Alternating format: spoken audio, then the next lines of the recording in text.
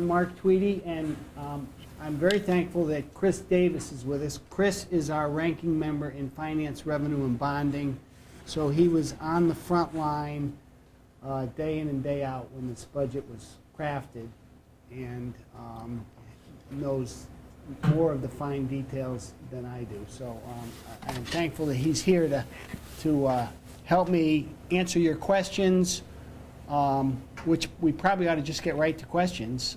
That's why you're here. So who would like to start first? I'm going to ask a general question. Where are we on the budget? We passed the budget. It was signed. Yeah, yes. It was signed. Yes, All yes. right. And we signed. It's a bipartisan budget. Initially, we had several budgets. Our caucus had 10 budgets, right? Yeah, 10 budgets. pretty close to that, yeah. So one was passed in the Senate and the House, and the governor vetoed it. That was the budget that the Republican caucus, the House Republicans, actually the House and Senate Republicans, we worked together on that. And that passed with 3 senators voting and 5 Democrat House members voting. And then the governor vetoed it. So we came back into negotiations and came to a conclusion with a bipartisan budget that was veto-proof. You know, there was so many people that voted for it that he saw that there was no sense for him to veto it because we could override his veto. So he passed that budget, and shortly into it, we were in deficit from money did not come in as projected. You know, our revenues were not meeting the expectations, so that's starting the problem that we're currently in. And he's turning around and doing what he feels is necessary to close. Yes, he does. He does have the power at what, 1%? At 5% 5%. precision authority. So, and what he's doing as well is that there was parts of the budget, they're called lapses, or holdbacks, or targeted savings. Those kind of 3 terms that you might hear talked about in the news. Those items are ones that the legislature says, we can't tell you how many corrections officers you need on a shift at Carl Robinson Prison in Enfield. But you as the governor and then the Department of Corrections, you can figure that out. All we can tell you is that within this scheme, here's this much money for overtime. You figure out how many people you need and how you can do that. So that's how the budget got passed. It's done that way all the time. You know, what the governor has decided to do in the last couple of weeks is instead of going to those targeted savings that we recommended he do, he decided to then use that authority to rescind municipal aid and make cuts to social service programs, to youth service programs, various other things that he had been trying to cut all along since his budget back in February. So that's where some of the controversy is right now, and whether or not Mark and I will end up going back into session before Christmas to try to reverse some of those changes and have to put into statute some of the things that we allowed as the administrator of the state of Connecticut's executive branch to make those decisions at a managerial level. Normally you don't have to trust that the governor is going to do the right thing, but apparently we have to hold them accountable. Right. Municipal aid and ECS. Yeah. Both, right? Both, yes.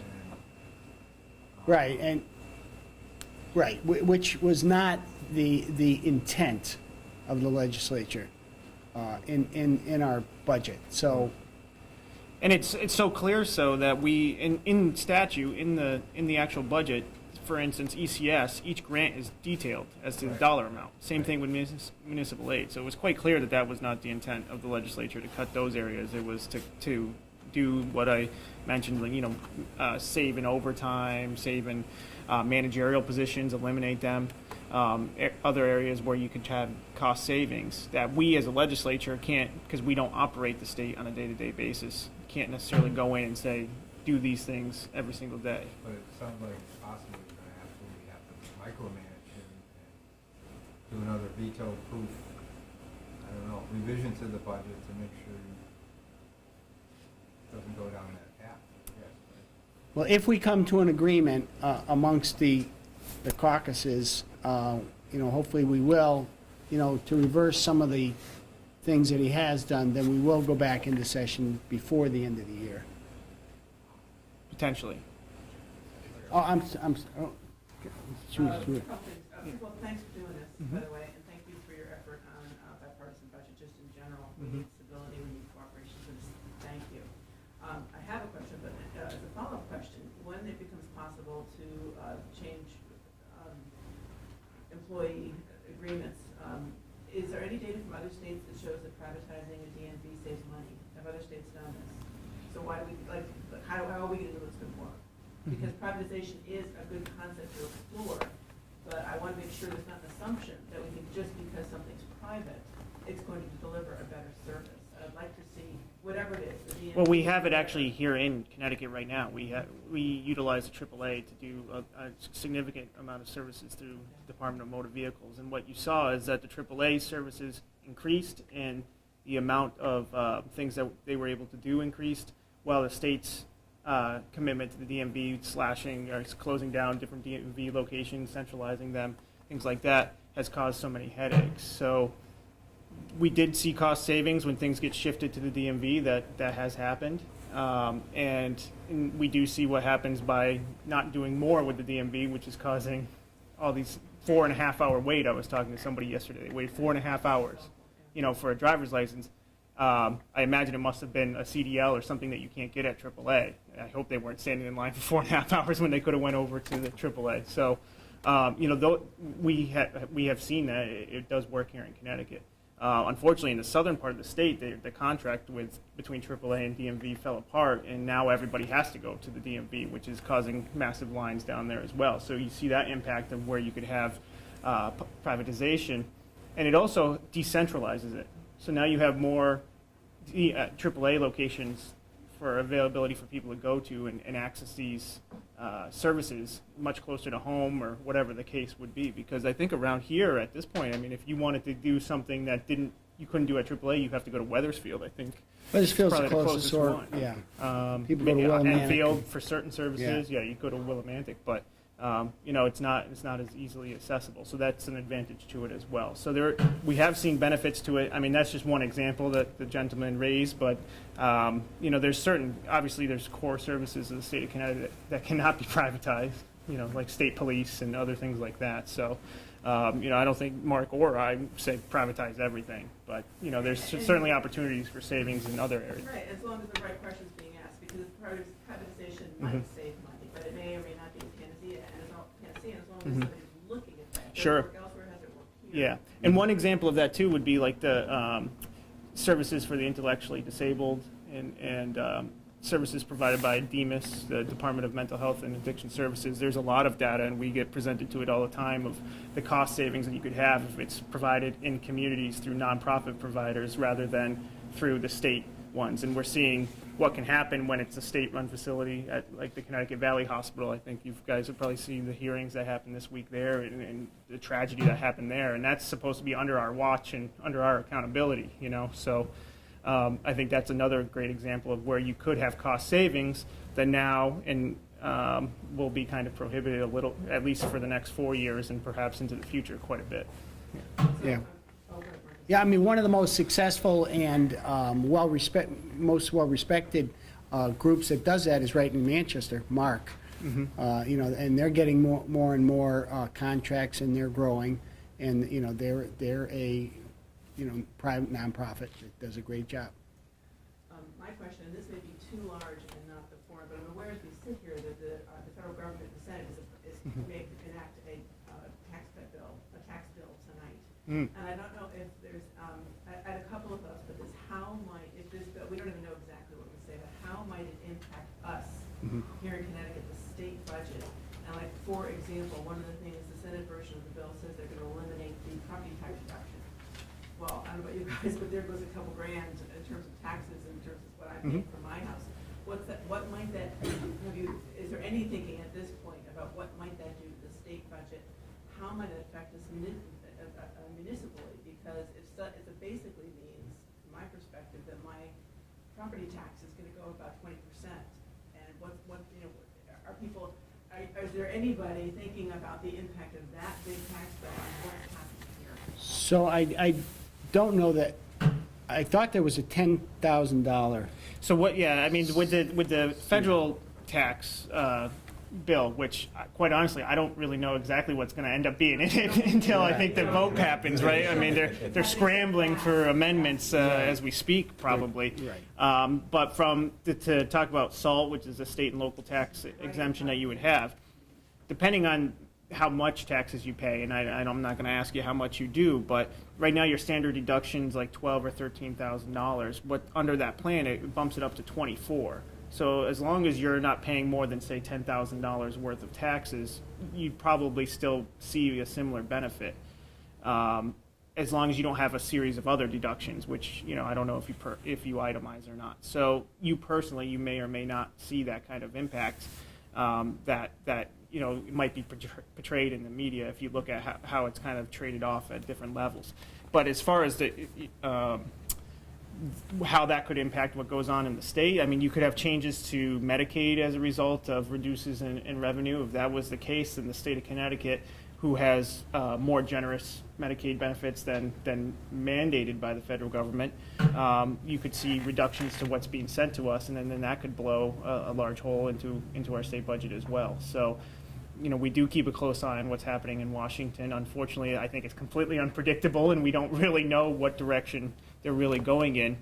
On the flip side of that, we are home of many large corporations that could see benefits from lower corporate tax rates that could lead to them repatriating money here in the state, or leading to those who are wealthy in Fairfield County deciding to finally cash in on the boom in the stock market now that they'll have a reduced rate as well. And see higher income taxes coming into the state, both through the corporate income tax and through the personal income tax. So there could be benefits that way that we cannot predict. And I know in my conversations with constituents, sometimes they ask if these numbers reflect any anticipated changes, and they don't.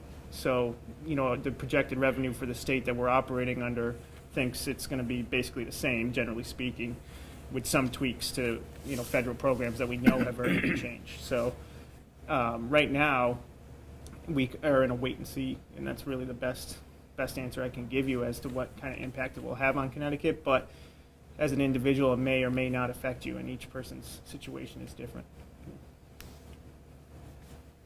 Hi, I am curious to know, we talked a little bit about the governor's cuts in municipal aid and in ECS. And Glastonbury was hit with $623,000 reduction, largely from ECS. And you said that you expect to push back on that. So what does that mean? You know, the town is currently crafting its budget and crafting its education budget, and so what are we looking at as far as a return on that? I should have had two, comparatively, Larry, I've emailed you two before. I know Glastonbury is a wealthy town, but not everybody is wealthy in Glastonbury. And when you look at the ECS formula, Glastonbury is severely on the low side compared to almost every other town. We're funded in at about 52% when the median is 77. Right. And then we're getting cut again. Right. So, if you pay high property taxes, we're probably gonna end up having to pay more federal taxes. This is gonna cause our property taxes probably to go up even more. Like, we're just, like, at nearly every budget, Right. we're the losers. Sure. And that's why the court system found the governor's education cost sharing to be unconstitutional. But that was just the formula. Yeah, I'm the talking formula. about like the actual But- funding outside of the formula. Well, right, I mean, but it shows that we have to get to a formula that is fair to everyone, and which has to happen, is supposed to happen next year.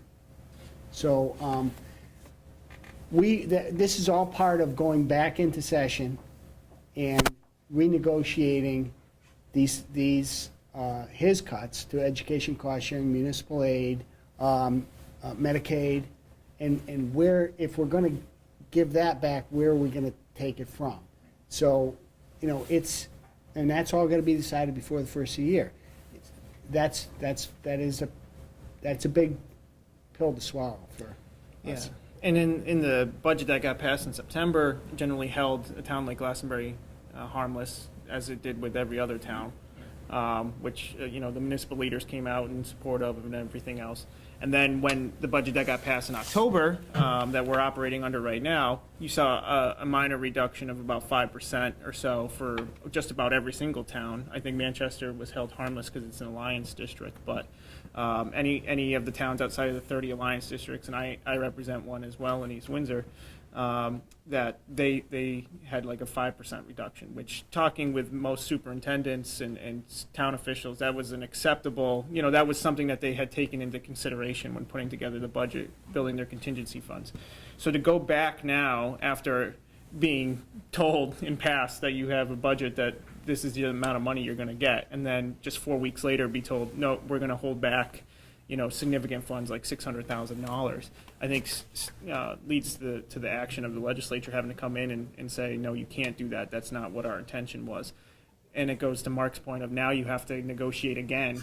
Okay, so if we're not going to if we're going to fund this, then where do you make cuts elsewhere? And that's where the discussions are right now this past week about, okay, if we're going to fund this program and this program and this program that the governor cut, well, where do we reduce somewhere else, because we are looking at potentially being in a deficit. Well, what is the plan for the underfunded teacher pension as well? My husband is a teacher. Mm-hmm. He has to pay 1% more into it, and it's not even going into the underfunded teacher pension already. That's what caused most of this, and it's if that deficit that caused is going to balloon up to like $6 billion, I should say, within the next several years. Well, the 1% is absolutely going into his pension. In this budget, it goes directly into the teacher's retirement Absolutely. fund. Yeah. As to what happens in the future, you see the teacher's retirement fund would reevaluate the funding levels right now. So with that 1% taken into account of additional contribution by the teacher, and then I think it was in 2019 or 2020, it goes almost like double. So now the state will match that and continue going up to help try to balance that account. And what we did, the Republican caucus held strong on, was not putting that onto the municipalities. Yeah, because that would have been... that would have been a disaster.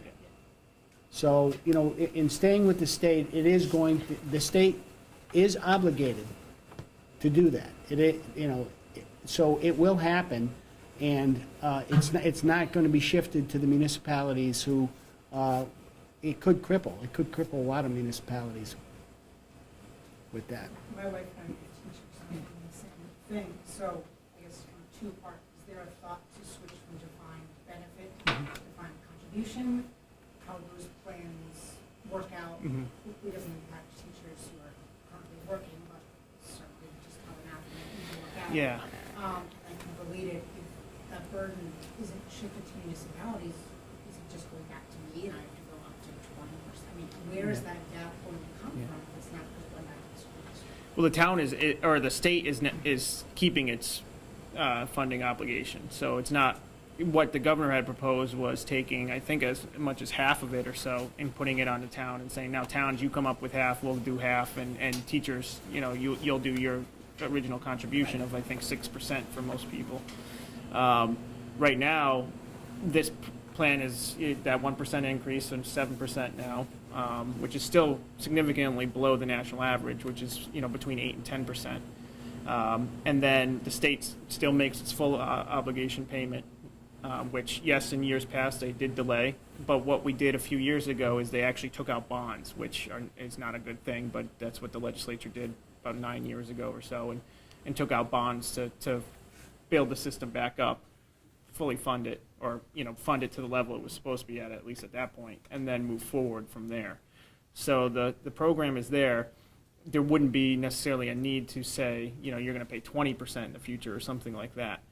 As far as defined contribution and defined benefit, there would have to be an agreement made at the teacher's retirement board level, I believe, to move in that direction. I mean, we might be able to. I'm not as familiar with how that all worked, but there's a possibility legislation could do that. But most likely, because pension is a property right, you'd probably be in a situation like they were when they did the CBAC agreement, where it was only new employees would move to a defined contribution plan. Similar to a 401k, it's not a 401k because it's a public sector employee, but something similar to that, where you'd have matching contributions from the state and into the employee. There is the potential, and what I don't know about how it's structured for the Teachers Retirement Board, because that was done kind of in the 60s and has continued since then, is whether or not it could be like in the corporate world, where you'd have it cut off, capped as a pension, and then shifted to a defined benefit. But actually what's in the CBAC agreement, which is interesting, is kind of it's called a hybrid system, where there is a certain level of defined benefit, and then anything above that is contributions from the employee and from the employer, which is the state in that case. So that's also something that potentially could happen in the future, but it's not under consideration as of right now, from my understanding. Do you know, I was going to ask you, I worked in retirement for the state, but that was a long time ago. And all I know is that the state teachers' pension, their guarantee under law was 85%. That's what the fund was. You couldn't drop below 85%. I think the state employees were somewhere around 50 or 60%. And apparently that mandate has disappeared, because now we're on, what is our unfunded liability now? It's, well, I mean, you could be looking at like 70 billion or something like that. That's my you know. understanding, 70 to 75 billion dollars. What ended up happening is, over the past, well, for a long time actually, they allowed no contributions going in. The state did pay as you go up until about the early 80s or so. From then on, for about 10 years, they kind of funded it properly. And then in the 90s, they negotiated with the unions to underfund it for a number of years, for very long time. And it was up until, I think, Governor Malloy came into office, which this I do credit him for really pushing, with the support of us, I think, as Republicans, but pushing for fully funding those pension obligations. Because for years, under governors, Republican and Democrat, they were not fully funding them as a way to save money.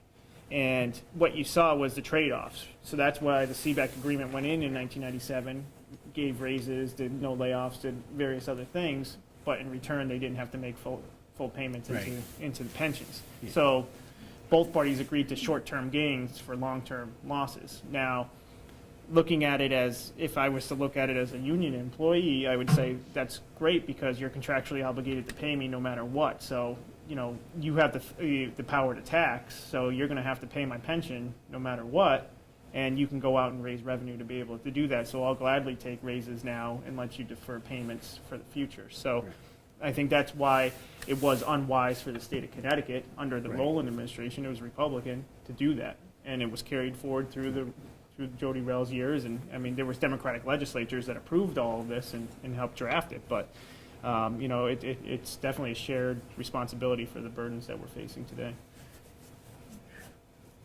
The union negotiators were definitely better negotiators than those negotiating on the state's behalf. Let's put it that way. Amen. On the positive side, Mm-hmm. Mark, can you talk about the implementing the spending cap and the bond cap, explain what that is, and in the future how it'll work? That's Chris's specialty. Yeah. I mean, he crafted it. I gotta let him go with it. 19, when they did the income tax, 91 when that passed, or 92 when it. Right, and People voted for it, right? and it was never implemented. Mm-hmm. Yeah, so so the constitutional spending cap, this is for the first time in 20-something years, 25 years more, is now considered to be part of the state constitution because it was passed by such a large margin. For years we were operating under what they call the statutory cap, which is the legislature could change what goes under the cap anytime they wanted to, and the Attorney General ruled that essentially you don't have one because you guys can just change it whenever you want and go around it however you want to. So now under this one, many of the things that the state pays for will fall under this cap. One big change from what was done for years, for decades since '92 till now, is that what's called distressed municipalities, and there's I want to say about 30-something of those across the state. Any kind of funding to them was not counted under the cap, and that was part of a deal back in 1992 or 91 for the income tax was that they said, okay, well, if any money going to the cities, we won't count that towards the spending cap. And actually, there's some really small towns that are considered distressed too, because they just don't have a tax base to support themselves. So that money is now back under the cap. And unfortunately, it's not as strong as I would have liked to have seen it. But in about 2024, I think it is, some of the pension obligations gets pulled back in under the cap. At certain times, it was under there, and then when they needed the money, they took it out. And then by 2027, I think it's fully under that cap. So that's a huge thing for the future of the state's fiscal house. Stronger bond cap. It is truly just putting into a bond cap. Now this one is statutory, but it is a huge deal because over the last 7 years, state bonding has skyrocketed. I think under Governor Rell, they bonded about $800 to $900 million. Last year under Governor Malloy, it was $2.3 billion, I think it was, and he was going to go even higher than that this year. So when we did the bond cap, we've capped it at a historically very high level, which is $1.9 billion. That's still very high. But it was negotiated to that. I know in the Republican caucus we had pushed for a $1.3 billion, which would have been the average over a 20-year period. But so with this now, we're able to control debt service a lot better because that's one area of the state budget that keeps climbing up over the last several years. So this kind of gives us a much more of a reliable source for where our debt service is going to end up being, and that the State Bond Commission just had their final meeting yesterday, and the governor stayed within $54 million below that cap for the year because it's based on a calendar year basis, not on a fiscal year basis. So I think that's a huge positive thing for the state of Connecticut as well. And the other two items there, the revenue cap and the volatility cap, those are very interesting. The revenue cap, I'll talk about the volatility cap first. The volatility cap says that any money above the projected income from the estimates and finals portion of the income tax, because we get two forms of income tax: withholding, which is what most people pay, out of your paycheck every month, and that's your income taxes, or estimates and finals, which are like self-employed people that are get capital gains from retirement income and everything else. So when we have more revenue coming in from that additional revenue above what was projected goes into the rainy day fund to help fund the rainy day fund or pay off long-term liabilities. Similar to that, the revenue cap now says that you can no longer spend 100% of your projected revenue, which is, as we've learned over the last several years, doesn't come through. We haven't been getting 100% for years. So it was a negotiated number, but it's like 98.5 million or 90, but that's still tens, if not hundreds of millions of dollars that can't be spent that is coming into the state, and that will hopefully lead to us being able to fund unfunded liabilities or go into the rainy day fund as well. So those were like four huge fiscally responsible things to do in that budget. And one of the main reasons why I think, we came in negotiating on a bipartisan basis. Those were four things that we really were pushing for. There's another thing, we're talking about bonding. Mm-hmm. If I wanted to invest in municipal bonds, I think Connecticut would probably be the last state that I would have issued.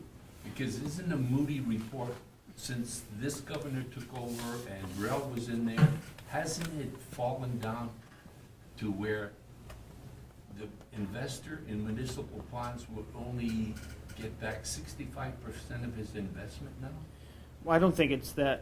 I don't think it's that low. But our rating has been reduced about 6 times over the last. And it's all been 5 years or so. Yeah, there hasn't been any positive adjustments.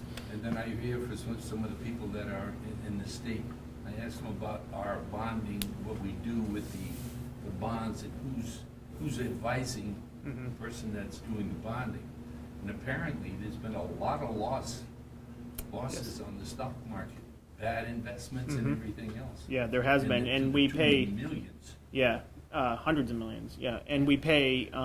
Like for instance, the state invested into like real estate investment trusts heavily right before or right during the recession. So we lost a lot of money doing that. That was a decision made by the treasurer's office to do that. That's who controls that information. They make political decisions on where they invest. Like I think we divested from guns when gun stocks went through the roof. You know, those kinds of things. So that's where you see that. We also pay a lot of money towards fees that compared to some other states that do bonding. To those investor people that make the recommendations that manage the portfolios for the state. So that's another area where there's a lot of excess perhaps that could be reined in and savings could be found. Yeah. What was the other thing I was query about? I noticed I was looking at all the states that have sanctuary cities, and I noticed that Connecticut was one of them, and that it was taken off the list that the papers were going out to. Where's Connecticut in that regard about our funding of the money that we get from the federal government in regards to state police, et cetera? My understanding is that the federal government has blocked that, or the courts have blocked that funding from being stripped. So until that gets adjudicated, I'm not sure. But I believe New Haven and Hartford were looking at losing millions potentially if they wanted to continue to do the policies that they were.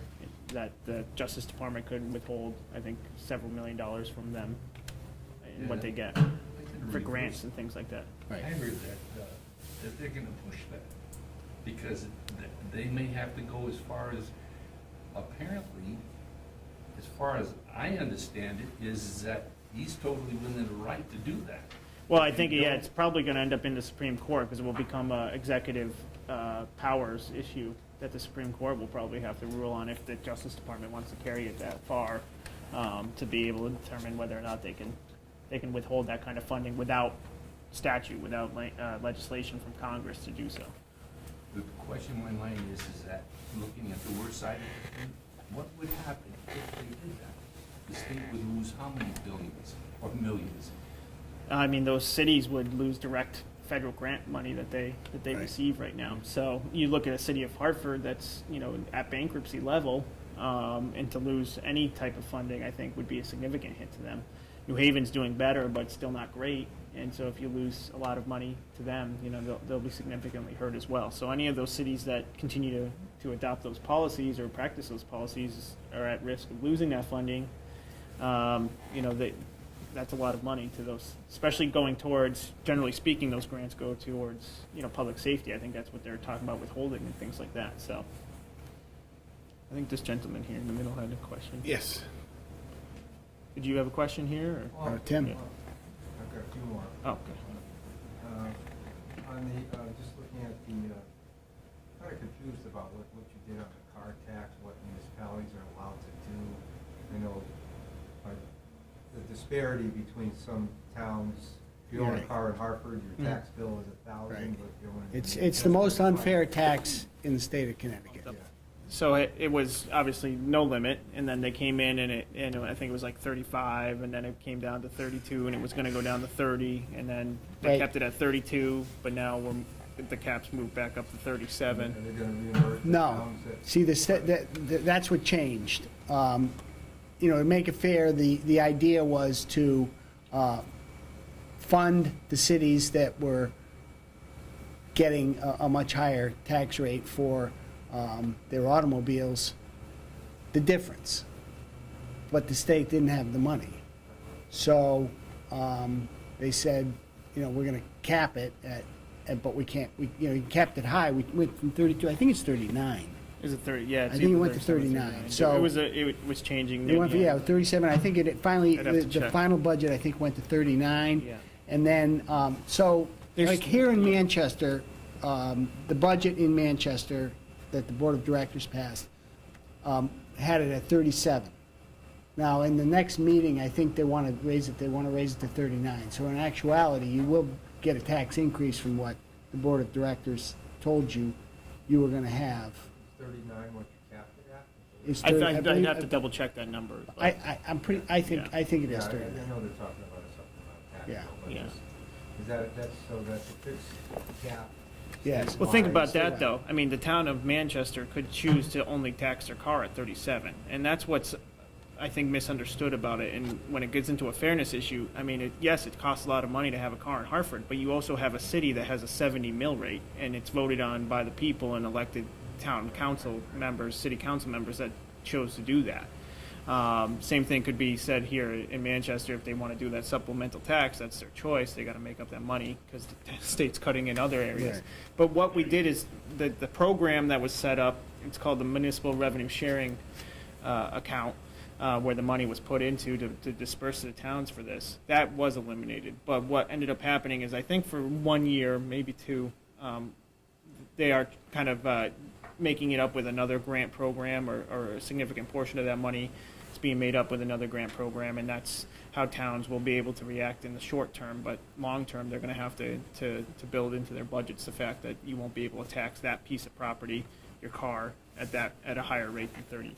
I think 37 or 39 mils, whatever it ends up being. And what was the final resolution with funding Hartford with some kind of oversight for it? Mhm.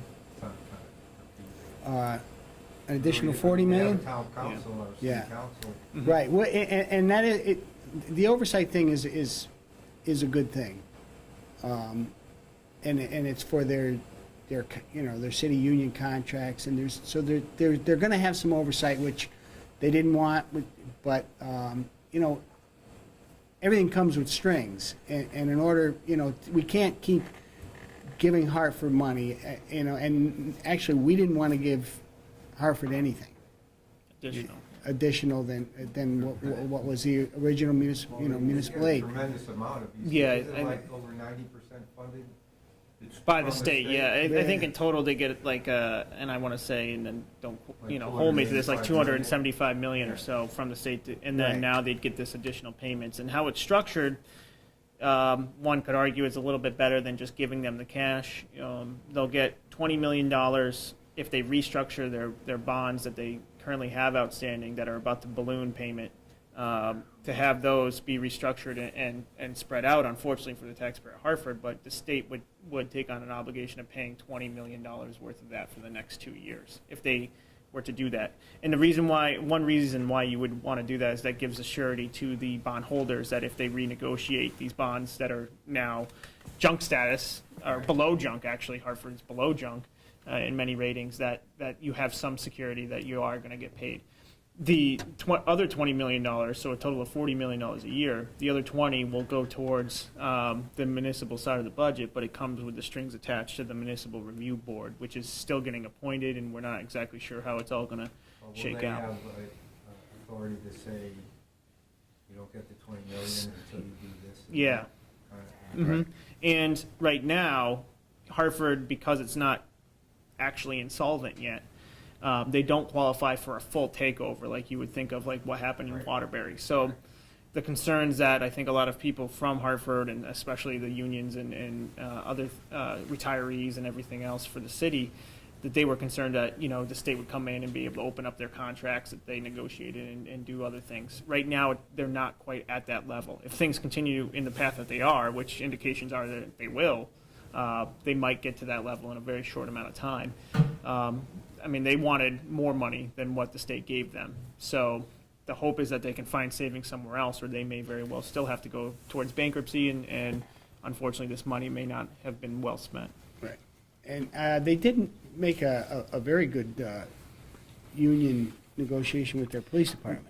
No, there was only one union that was willing to come to the table, which was the firefighters. Was the fire- And they negotiated concessions, but the other municipal unions, police and municipal town hall employees and stuff, they refused to Didn't I do just see in the concessions. Current that the police settled the contract with Hartford? They might have Just at today, Sunday. yeah, I mean, I'm not sure. I But think that was the history they're of it. taking over, out of new hires, they're taking overtime out of their pension account. Yeah, I did read the So they same, made- yeah, he yeah, made they some did make agreements. some, Great. I thought it was Yeah. police. Yeah, I think it was police there, but. But some of that is just, that's long-term stuff that, the Right. short-term savings Right. isn't exactly there, The implication from the Hartford problem is that the need for oversight is due to some sort of history of mismanagement or inability to manage correctly. I have sort of a general question of why you guys, what do you think the problem is with Hartford and what the solution is? I also have read somewhere that about half the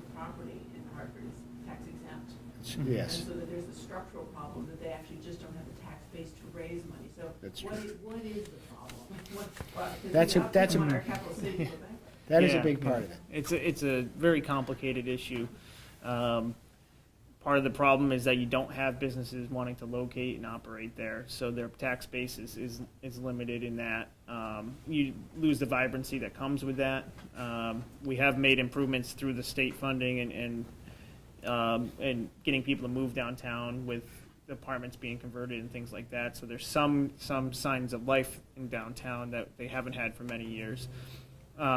I think there's unquestionably waste that's happening in the city of Hartford. If you talk to any employee, almost every employee I've ever talked to in the city of Hartford says, I can tell you 10, 20 things that I see going wrong here that, they are very, very top-heavy administratively, and especially in the Board of Education side of things.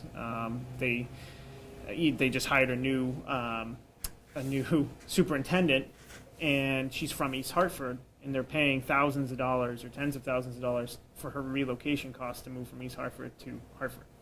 So, I mean, those are the kinds of contracts that they're negotiating and they're approving. So Mark and I have aides. We represent 25,000 people, give or take, a little bit less than that. Each one of our aides has 4 to 5 representatives that they work for.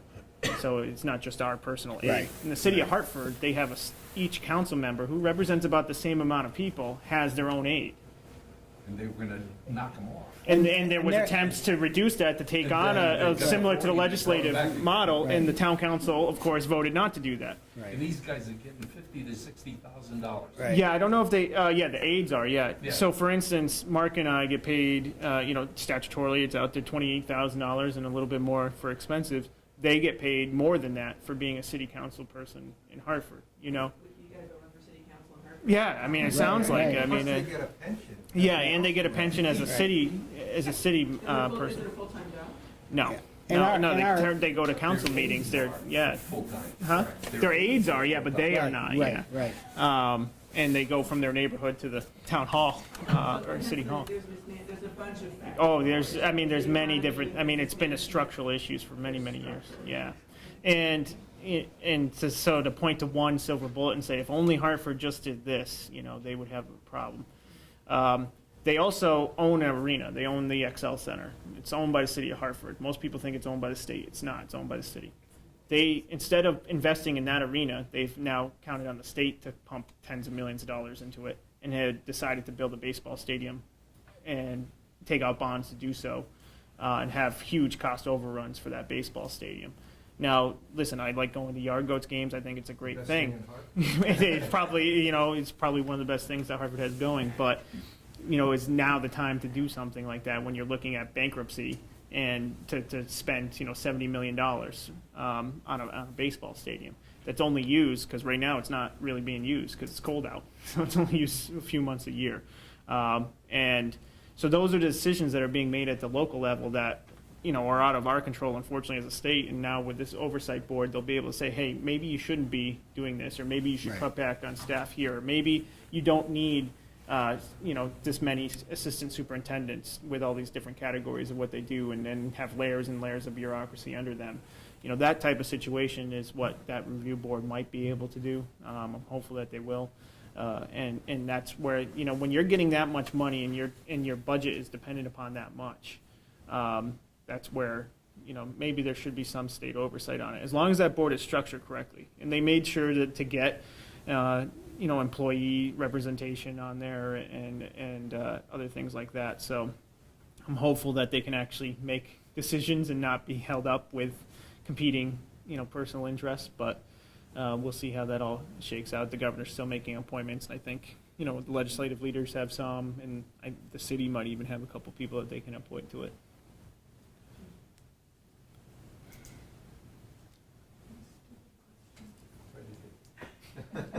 This stupid question. Earlier you said that some of our debt was incurred with poor investments Mhm. that just didn't pan out Yeah, they because just of the didn't pan out. market and so on. Who's responsible for making those investments? I mean, is it a committee? Is it a single person? Are they licensed financial advisory people? So What- my understanding, I don't know the exact details, But the treasurer is where the buck stops. You know, the treasurer makes that She approves decision. And in our case, it's Denise Napier. They have an advisory board that's made up of financial advisors. But what's unique from my understanding about Connecticut is that they're truly just advisory. They just say, hey, we think this is a good idea, or we don't think this is a good idea, and then her office can go move forward with it. Other states, that advisory board's decision is what the treasurer goes So- along with. So So is the treasurer, what qualifications does the treasurer have? I mean, is she an accountant? No. Is she just, yeah, you just it's a Regular constitutional person office that- since the Yeah, whatever it She was. has the final say? Yeah, from- unfortunately, like the Attorney General, it has to be an attorney, that's not so as the treasurer. Yeah, So don't you think there need some changes there? it's been the 5 terms of the same person for 20 years. It's been Yeah, the same state treasurer. Maybe So. that's why we're in debt. Well, that's part of You it. know, it's very unusual. Or at least our liabilities, our unfunded liabilities continue to grow for that reason, yeah. You know, is this idea, we worked on the formula for distribution of resources in the teacher's retirement. And I had assumed, when I was being assigned as a consultant to Board of Education that was being built, that they had one of their employees that was located in Trinity Street that worked on the budget or the formulas. He was working under the Commissioner of Education. But I found out, no, he was a separate entity. So I had to go over and see him. And we talked about it because I wanted to actually construct, what do you call it, a program. And between him and I, we came up with the idea that it was impossible. Because the legislature makes a decision on something, doesn't inform him, but he has to put it figure out the distribution. And he could be doing that and putting it into the formula, and they'll change some of it.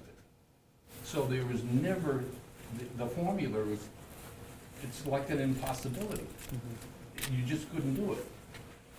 So we tried to work on it, and then we finally gave up and said, we can't put it into the program. And he's gonna have to do it by hand, but I don't know what's being done now. Well, part of the issue why you see unfunded liabilities in both the teacher's retirement program as well as the state's pension programs is that the assumption of growth. The state in both of those programs historically in the last several years has been much higher expectation of growth than what you've actually seen. And so you had, I think they've lowered it down into the 6 to 7% range for the teachers. I know they went a little bit lower before the state pension program did. Return. And the returns for those two entities were like 3% or less year after year. Yet the assumption rate was at 6 or 7% or 8% at It was one at point. 8, it just got lowered to 6.9. So that's why you see that gap of unfunded liabilities continue to grow too, because they were building in lower, contributions from the state and from the employees because that assumption rate was so high out over what you were actually seeing returned. And that's a negotiated assumption rate made by the board, so you have to get the interested parties to sign off on it. And it was like a struggle to get them to agree to lower it even to below 7. And hopefully, with the stock market doing very well, hopefully the returns will be higher. I think the states, I think it was like over 10% or something like that, the treasurer said recently, but that's, in part because the last year we've had a tremendous growth in the stock market, seen by today's record high. Who are the actuaries who do that? Because that's very regulated in the private industry when you have to fund your pensions and stuff. Yeah. The actuaries have to be very conservative as far as what rates of return they're expecting from their investments and stuff. So, how could they, or who would come up with, outrageous or unattainable rates of return and put those in the calculations and say everything is fine because we're assuming a 10% return when you're getting only 2. That doesn't make any sense. And again, I worked in insurance, in fact, too, and then the actuaries were very precise and very conservative. So how could they even get away with doing stuff like that? Or who is getting away with that kind of it's the calculation? boards that oversee those pension programs. And who's on those boards, or who are the boards? They're appointed. I think the Teachers Retirement Board has representation from CEA and ATF or There's no AFT. accountability Well, and then other members too, but to give you an example of who's on there, the governor, I think, makes appointments. I don't know who else Yeah, does. yeah. And for those boards, to be honest The with you. speaker may make an Yeah. appointment. I mean, that's So you generally the way that it works. You have no expertise and no. Well, those appointments are supposed to be with people with expertise, so you're supposed to appoint somebody with, I don't know how each seat is assigned in each one of those boards, but usually it's one where it's like, okay, the speaker has to appoint somebody with financial investment experience, and then the minority leader has to appoint somebody that has, municipal administration experience, so that they know, how it would impact a town's budget or something like that. That's usually how they're structured. But I'm honestly, I don't know how those two boards When get I was appointed. working with it, I don't. That's Yeah. outrageous. When that I you was do working, there was one lady at Trinity Street that was in charge. She was the lady in charge of the teacher's retirement. And she would get in there and be on, the phone would ring, and she would say, and it was a legislature officer, somebody calling. And she would say, Daniel, you know what the hell you're doing, you can't do this, and she would refer to so-and-so like that, and it's against the law to do that, and don't go into any legislature, and I'm telling you now, hang up the phone. Every time the legislature made a move on the doggone thing, she was there telling them whatever. There was one lady that was in charge of that, running that, what do you call it, situation.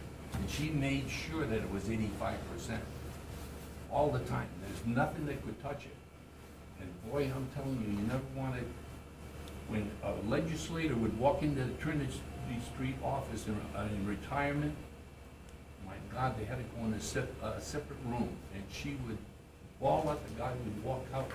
Okay, I understand, go out the door. No, that's what you're supposed to do. I mean, in a corporation, I mean, that's what, when they do the pension plans in a corporation, I mean, you have the board of trustees and they have finance committees that review all that stuff. In fact, even actuarial committees that review the pensions and everything. And I mean, you'd never allow anything like that to be that outrageous as far as, or unrealistic, I should say, at least. That, to use a imputed interest rate that's, just unrealistic and unattainable.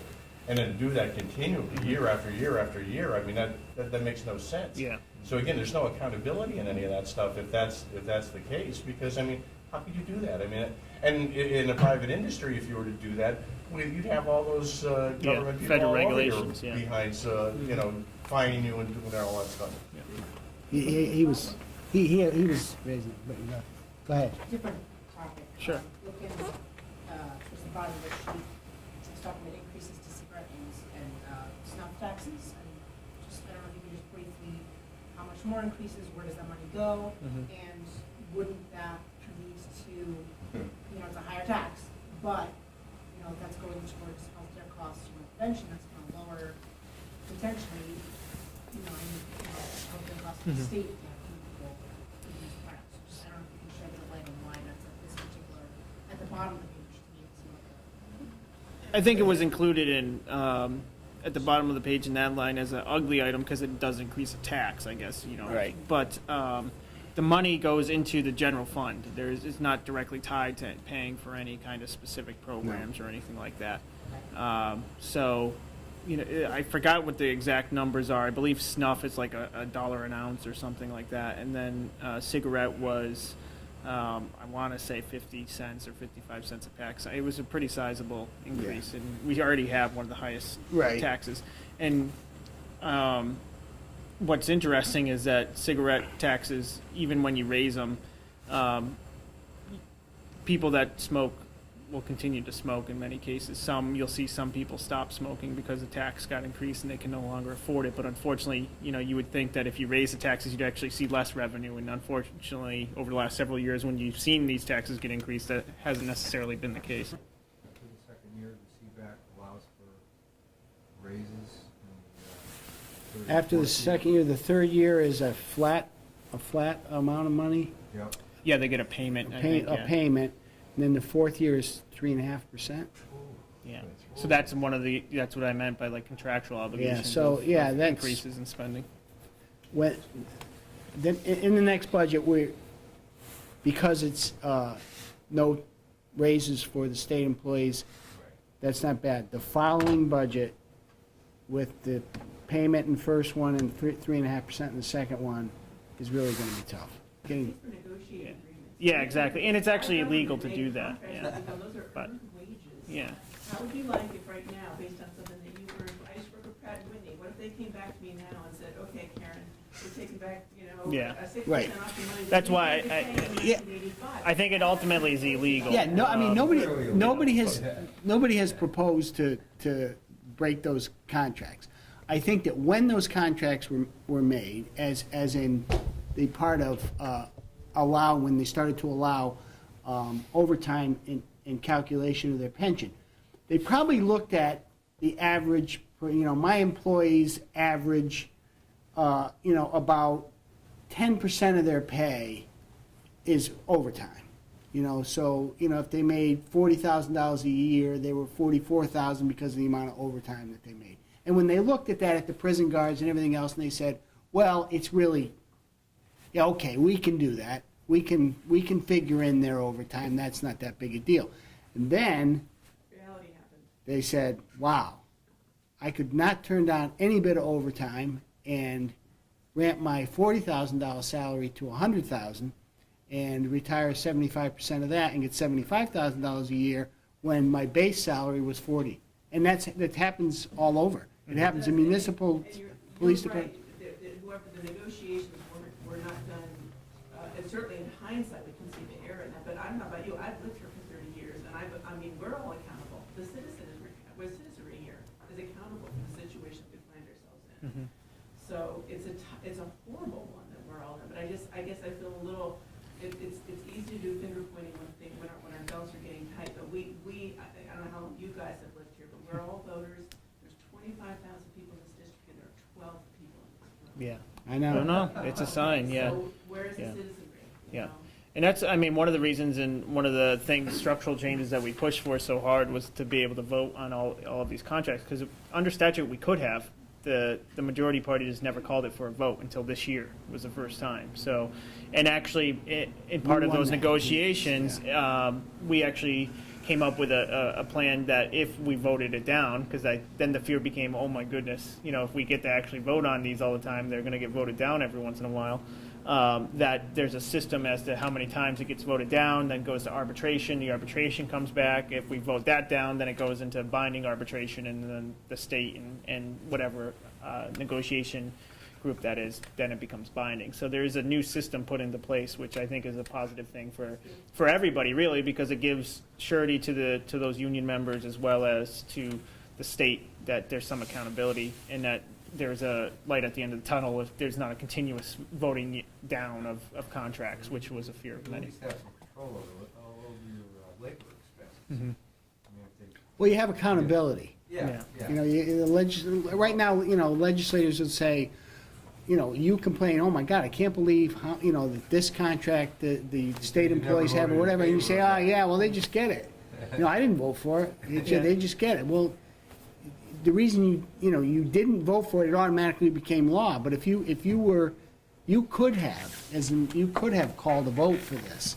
But if you don't, it automatically goes into law. Well, now that doesn't happen. No. Now we have to vote on it. Henceforth, every legislator will be on the record As voting for it or not. supporting every contract. Right, exactly. Yeah. And That's a good change. and there was plenty of things in the CBEC agreement. I don't want us to be accused of just hammering on it. There's a lot of positive changes for the state that happened in it too. I mean, employees are making greater contributions towards their pension, towards their health care benefits. They didn't go quite as far as Mark and I would have liked, and actually, the savings that the administration claims they're getting, like over $1 billion to $1.5 billion a year, they're not really. That didn't have to happen that way. You could have done it through statute, and then he really only negotiated about $200 million worth of savings. The rest of it could have all been done through statute. So, and then there's even more stuff we could have done through statute to get additional savings. So, but there was a lot of sacrifices, if you will, on the state employees' part as well. So, No raise. yeah, and to make higher health care contributions, higher contributions for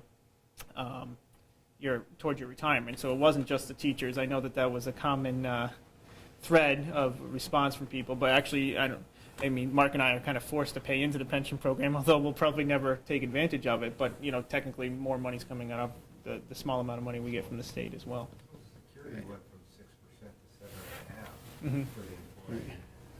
And the teachers never went Right. beyond 6. Yeah, it didn't at that time, no. Yeah. I mean, as, It's not a as, crazy number. yeah, as Republicans, we get painted as, you know, being anti-state employee, when, I mean, it's not, I mean, we want something that's sustainable, that, you know, people, I mean, we all have friends and relatives. My wife is a state employee. We all have friends and relatives who are state employees. We're not picking on state employees, but that's just the biggest part of the pie. So, you know, you have to look at it in a realistic figure. What's the private sector comparable? What are they getting? You know, what is sustainable for the taxpayer of the state of Connecticut? And so, you know, you have to, and that's why you should be held accountable for the vote as you are now. And I think another part, and it's not on here, and excuse me if it wasn't included, but I believe it was, because there were so many things that were in and out at different times, that the CBAC, you can't make future agreements beyond 4 years at a time, because right now we're operating under a 10-year agreement, that's five terms of the legislature, 2 governors guaranteed, you know.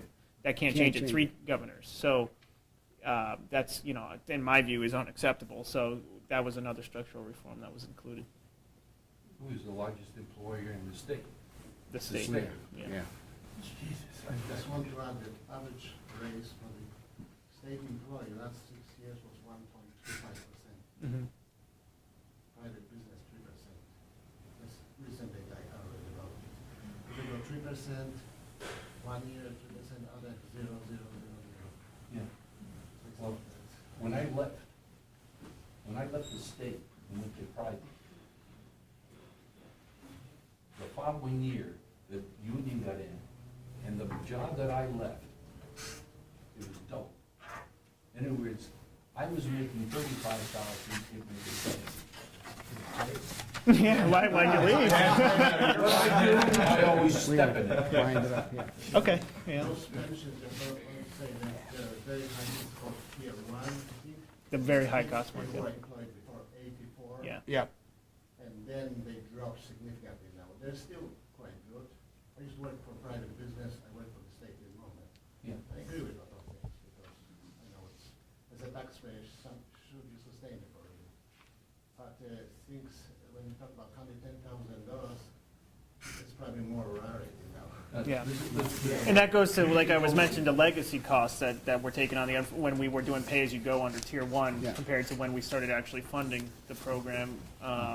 So yeah, you're right. That's where a lot of the unfunded liability still sits with that, and then goes to like you were talking about changes in those programs. You don't have that short term, but that's where you start seeing long term, and you have those reductions in liabilities, hopefully, by doing that. So after like 20, 35, maybe. So my kids, you know, We live Mark's that long. grandkids, they'll be hopefully better off, They will you be in a know. better position. That's our plan. That's our because of hope. The work you did. Yeah, let's hope so. Well, I want to thank everybody for coming Yeah. out, especially those from Glastonbury that